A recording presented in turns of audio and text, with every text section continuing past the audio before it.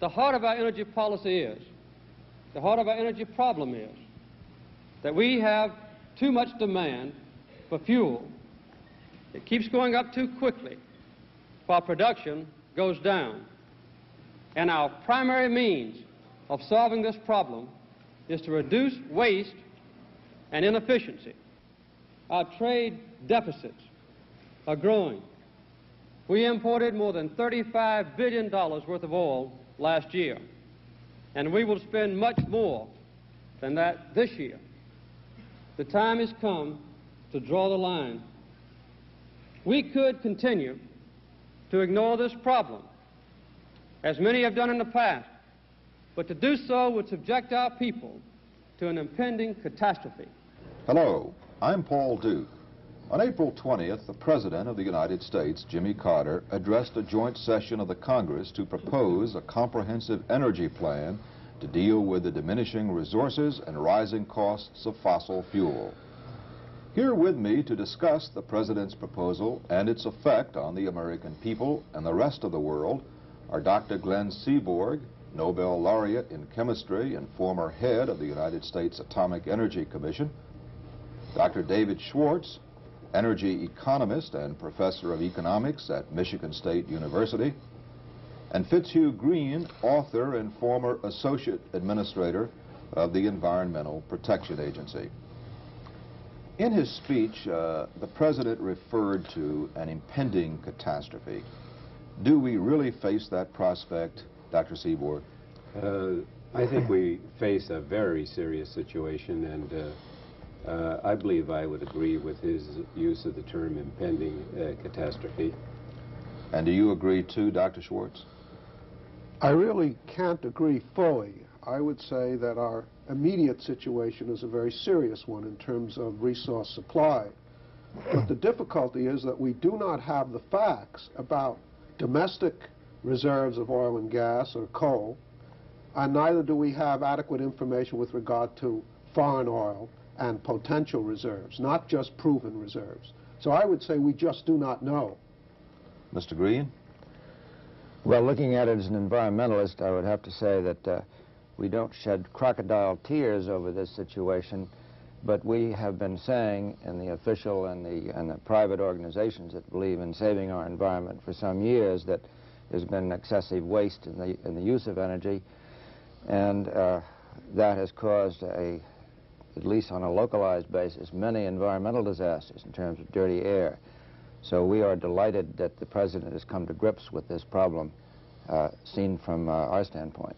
The President has now laid out his program, but the ultimate decision about most of that program will have to be made by the Congress of the United States, and in Congress there has been some significant reaction.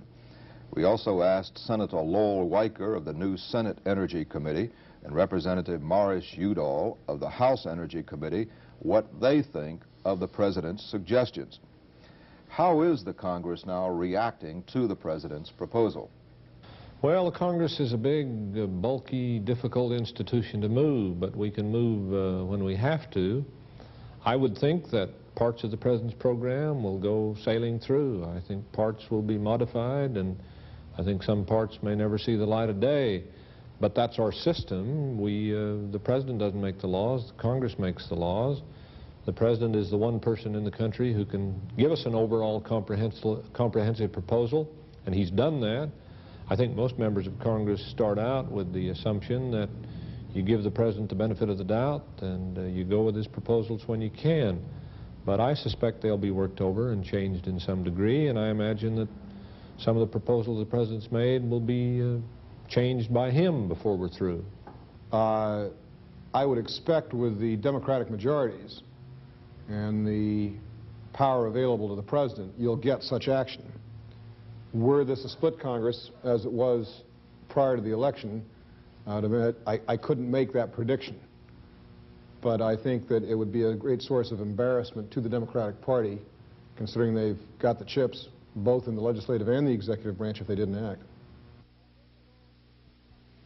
Our first goal is conservation. It's the cheapest, most practical way to meet our energy needs and to reduce our growing dependence on foreign supplies of oil. with proper planning, economic growth, enhanced job opportunities, and a higher quality of life can result, even while we eliminate the waste of energy. Do all of you agree with the President that our principal goal must be conservation, the elimination of waste? I certainly do. I would say that it is a primary goal, but I would say is equally important is the question of obtaining clean fuel in order to continue the economy at levels which will provide full employment and goods and services. Now, there's no contradiction there, but essentially I would say I see a two-pronged program, the elimination of waste and greater conservation of fuel, as well as accelerating supplies that are available, and the means of doing so, I think, are very broad. I agree with Mr. Schwartz. The conservation and the elimination of waste is very important, but we will also have to develop sources of energy, old and new, and it would be my prediction that we will move in that direction. Let me ask you about a slightly different topic, and that is the President's proposal for the establishment of a strategic reserve of petroleum supplies. What will be the worldwide effect of that? Of course, he's proposing that 1 billion barrels of oil reserves be available in case of emergencies. This is about a 10-month supply. It depends on whether or not you're going to obtain those reserves and the actual accumulation over a long period of time or a short period of time as to what impact this will have. As yet, that has not been spelled out. I would say that if additions accumulate stretched out over 8 to 10 years, that's one thing. But if we attempt to get it in the next 2 or 3 years, then I think we'll have a very drastic inflationary effect. And actually, there will be a reversal of an effort to try to curb imports, because I don't see how, in light of the lag time required to produce new crude oil domestically, we could do anything like that. There is another aspect to all of this, and that is, and this goes directly to the talk and the debate which goes on in this country at this point about whether Americans will now change their lifestyle. And that, of course, is something which affects us all, and it is the long-standing American love affair with the automobile, and you alluded to this just a few minutes ago, Mr. Green. How will this now affect the importation of foreign cars in this country? Mr. Green? Well, we were discussing this earlier, and certainly it's true that if the same rebates that are being discussed by the administration were offered to foreign importers, it probably wouldn't change the level of imports, at least not right away. If the reverse were true, then it would not be as attractive a market for foreigners. From an environmental standpoint, as you know, any automobile that is imported into this country has to meet the same air quality standards on emissions that American cars do. So that would stay the same. Therefore, the program would have no influence in that respect. Is it going to mean that Americans likely will be buying fewer foreign cars? Well, there is that possibility, because as the program is now structured, if in fact they do not give the same rebates to foreign cars, and this has to be worked out through executive agreements and treaties. As now, they these do would be rebates for what? Let's explain that. This is the so-called gas guzzler tax is the terminology used, but in effect it's an efficiency standard. On American automobiles? On American automobiles and foreign cars. And let me give you an example.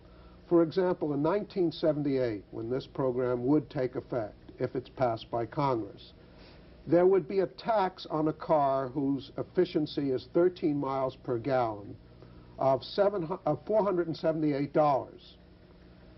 And if, in fact, you got 39 miles per gallon, you would get a rebate of $473, and as well as electric cars getting that rebate.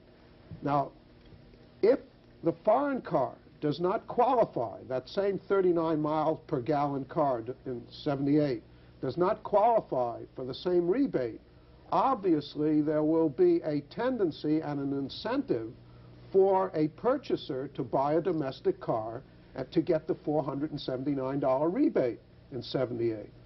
And essentially, you have a bias built in here unless treaties are worked out to provide the same rebate for fuel-efficient cars for imports as you do to domestic automobiles.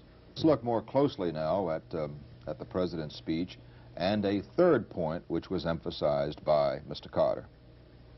Our third strategy will be, therefore, conversion from scarce fuels to coal, wherever possible. Although coal now provides only 18% of our total energy needs, it makes up 90% of our energy reserves. Its production and use do create. How will this conversion take place? Can it take place? Is it feasible? How do you see it, Dr. Seaborg? Well, it'll be difficult. I would have to say it's feasible, but there will be an adverse impact on the environment. In the long run, it's going to be possible to scrub the gaseous emissions to remove the pollutants, and perhaps to burn the coal under conditions that will minimize the pollutants, and even remove the sulfur before the coal is burned. All three approaches will be used, but for a while we will be operating without good efficiency in any of these processes. They have not yet been perfected. Do you think this is a good thing, something we should have been doing all along anyway, moving more toward coal? Oh, yeah, yes, I think so. I'd like to answer your question a little more broadly. I think we should have been working on this problem 20 years ago. It's because we haven't carried on this research and development that we're playing this catch-up game. It's the lack of research and development during the last 20 or 25 years. I say lack of. We've carried on some research and development, but we should have carried on much more, and that's the reason we're in the position that we are today. Mr. Green, Dr. Seaborg talks about the damage to the environment. How damaging will it be? Because we have had this campaign in recent years in this country to clean up the environment. Yes. Well, our position in the Environmental Protection Agency of this country has been, from the beginning of the energy problem, when talk began to veer towards developing coal resources to fill in for the oil lack, was that it could be done. And you've got to watch for the dangers of the transition, as Dr. Seaborg says. But if we get going fast enough, it seems to me that we can refine our control technologies so that there won't be that much danger. We feel that the stacked gas scrubber, to which Dr. Seaborg alluded, while expensive and not perfect, is an adequate control technology for burning coal for electricity utilities, for example. The electrostatic precipitator for knocking down the fly ash, again, is rather expensive, but it works pretty well. And particularly if you keep your generators as far away from the cities where you have concentrations of population, the danger can be minimized. What about the international implications of this, the trend toward coal? What does that mean for other countries? Is it going to damage their environmental standards as well? Well, I think this control technology is shareable.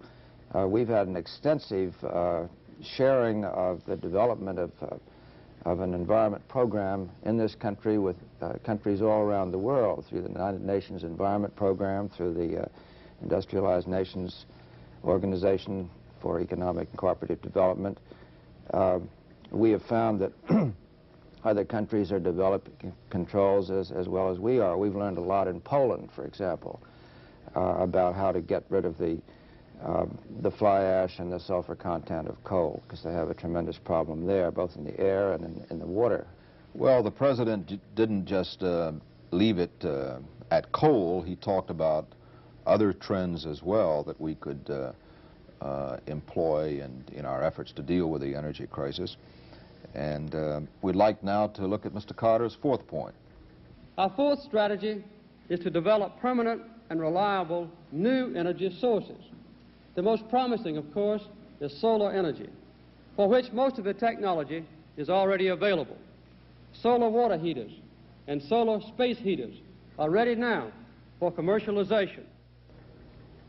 Is solar energy a practical alternative, Dr. Seaborg? Yes, in the short term, solar water heating and solar space heating, as the President has said, are practical. And by the short term, I mean the next, beginning immediately and running over the next decade or two. Solar electricity is another matter. I think there's general agreement that that will be feasible in the long run, but it's the time for that is more like the year 2000 or later. You're talking about solar cells, the photovoltaic I'm process. talking about solar cells, the photovoltaic process, or the use of solar energy to heat water, to make steam, to turn turbines, to generate electricity. But I believe I'm talking about more than that.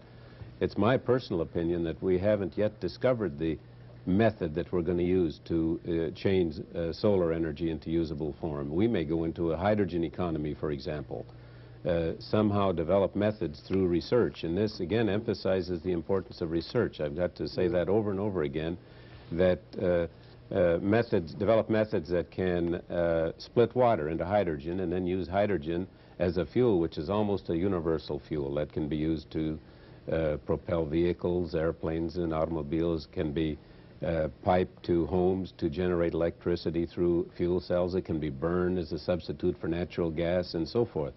And there are other possibilities. I believe that we're probably going to use solar energy in a way that we don't understand today. What about the international implications of the development of alternative sources? Well, I would say that certainly to the extent that we rely more heavily on coal rather than on oil and gas, and specifically oil, with the President's objective of reducing consumption of oil by 10% by 1985, that certainly this is going to have an impact on oil imports, where currently it's running about 8 million barrels a day. He hopes to bring it down to 6 million barrels a day.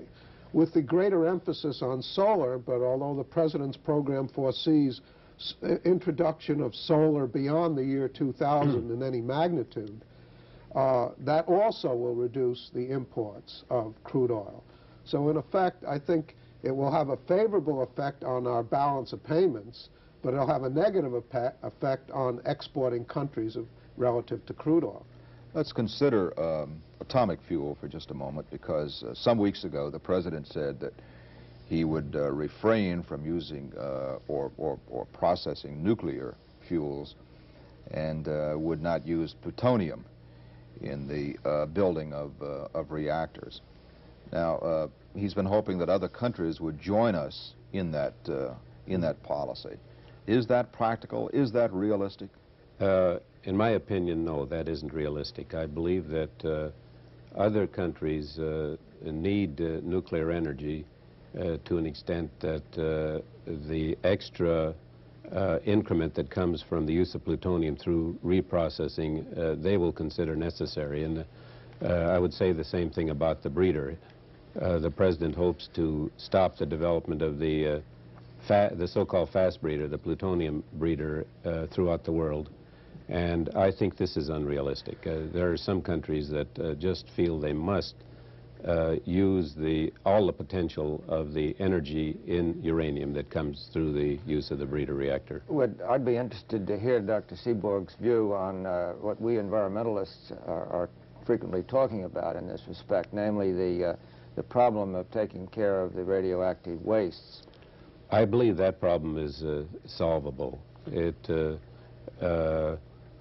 can be disposed of in a number of ways. So you don't share the President's concern here? I don't know that I would say I don't share his concern. He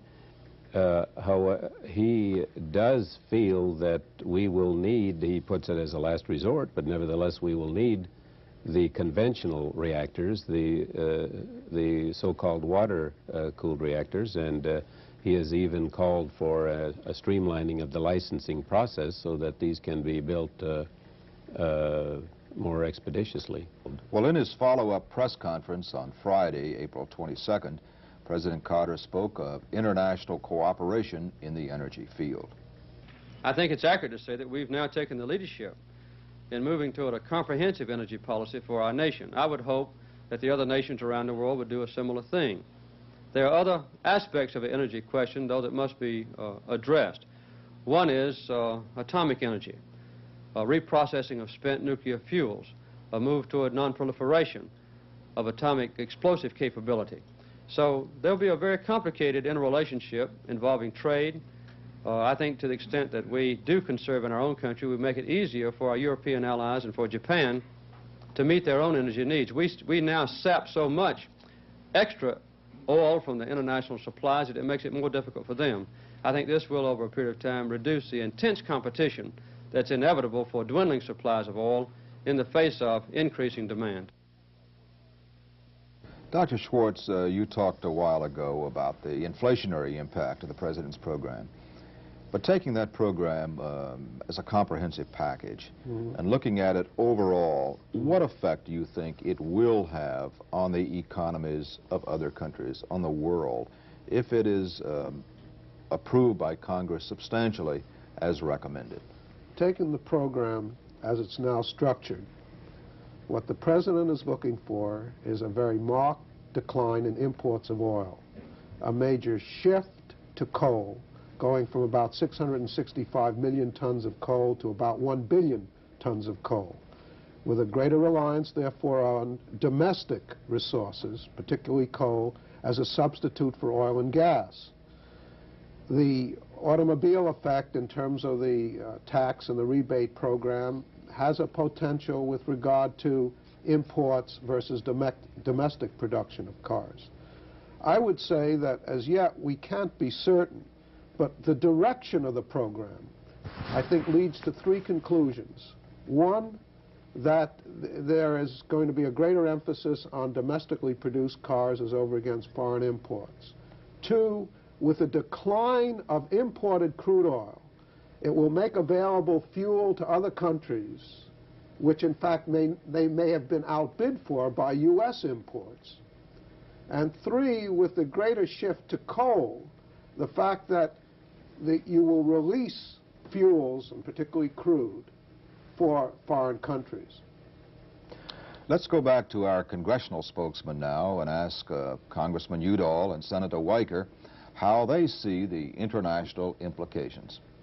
Well, I think the only countries that it's really going to impact on are the OPEC nations, because I think the message is clear. We're not going to be in the market to buy their product to the extent that's been the case in the past. I think that their price, which they've set, which is not a free market price, but an artificial one, is going to be forced into the arena of the free market. And that's all to the good. As long as we continue to, act like a drunk in a whiskey store, they could charge anything they wanted. It's obvious that we're going through a sobering up process here, and hopefully, even though we won't be teetotalers, we'll be behaving in some rational way which can't help but impact on them. We don't live in an island anymore. We're the biggest trading country in the world, and what happens to our economy has reverberations in Europe and Asia and elsewhere. It's hard to predict all of the consequences. I was visited here by a delegation of Japanese congressmen, legislators, who are very concerned that our switch on the policy of using plutonium and reprocessing impinges very heavily on them. We had encouraged them to go to reprocessing, and they were planning on breeder reactors. They don't have the coal and oil that we have. Obviously, they're going to be hit very hard by some of those features. The European nations will also be impacted to a considerable degree. So I think what we do, obviously, is of great importance to the rest of the world, and we're going to have to take into account the international impacts of the decisions we make here. Dr. Seaborg, how do you see the worldwide implications? Well, I see a situation throughout the world where we will never again be in a position to take our energy supply for granted. We and all the other countries in the world are going to have to work at it as a continuing problem. Mr. Green?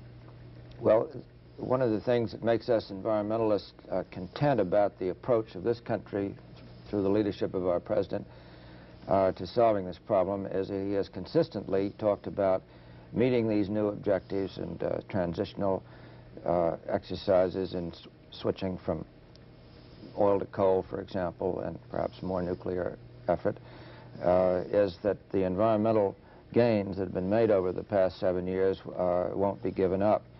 And I would hope that as other nations watch what we're up to here, and will not forget the lessons of Stockholm, where in 1972 the entire world got together and decided that whatever the problems of the future would be, they would be considered in terms of what the environmental cost would be. And there have been a great deal of improvements in the control of pollution in many of the countries around the world since then. And I would hope that as other countries take up this problem from a national standpoint, that they continue to hold on to the gains that were started at Stockholm. One crucial question in all of this is, will our attempt to deal with the problem on a broad basis create new world tensions? Will it affect American foreign policy in a significant way that could be harmful? Or will it, say, draw the Western nations closer together now? Will it lead to more unity despite the problems that involve inflation and trade and imports and that kind of thing? Well, I'm an optimist on that. It seems to me that mankind has shown that when they have a common problem, they forget political tensions and so forth. And insofar as we can keep this situation from turning into an increase in competition for scarce resources and concentrate rather on how to solve it, as has happened in many of the other areas that the UN has gotten at, the International Postal Union, the International Telecommunications Union, and the World Health Organization, where the world has gotten together to solve problems rather than fight with itself. I think it's a marvelous opportunity for all the nations of the world to sit down and work this out together. You know, I would say that certainly two effects I think are fairly obvious. One is, if the program is successful, there should not be the type of pressure on world oil supplies that currently exist. And therefore that, if anything, I think should mitigate tensions, because there has been a great deal of competition for very limited supplies of oil. And in addition, to the degree that we could share technologies to mitigate the environmental effects, that should bring the countries together. And while with regard to the plutonium breeder, it has created tensions, hopefully we could substitute other forms of uranium availability and enrichment to in some way modify those tensions. Do you remain optimistic too, Dr. Seaborg? Yes, I'm generally optimistic.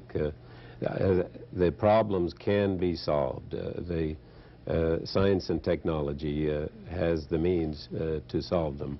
But it does mean that we should be planning, plan for the future better than we have in the past, and carry on the research and development in order to provide for the energy sources of the future. We do not have available today the energy sources that will see us through the 21st century.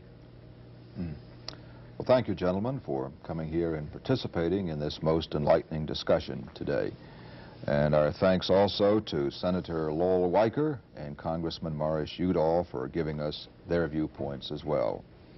I'm Paul Duke in Washington. Thank you.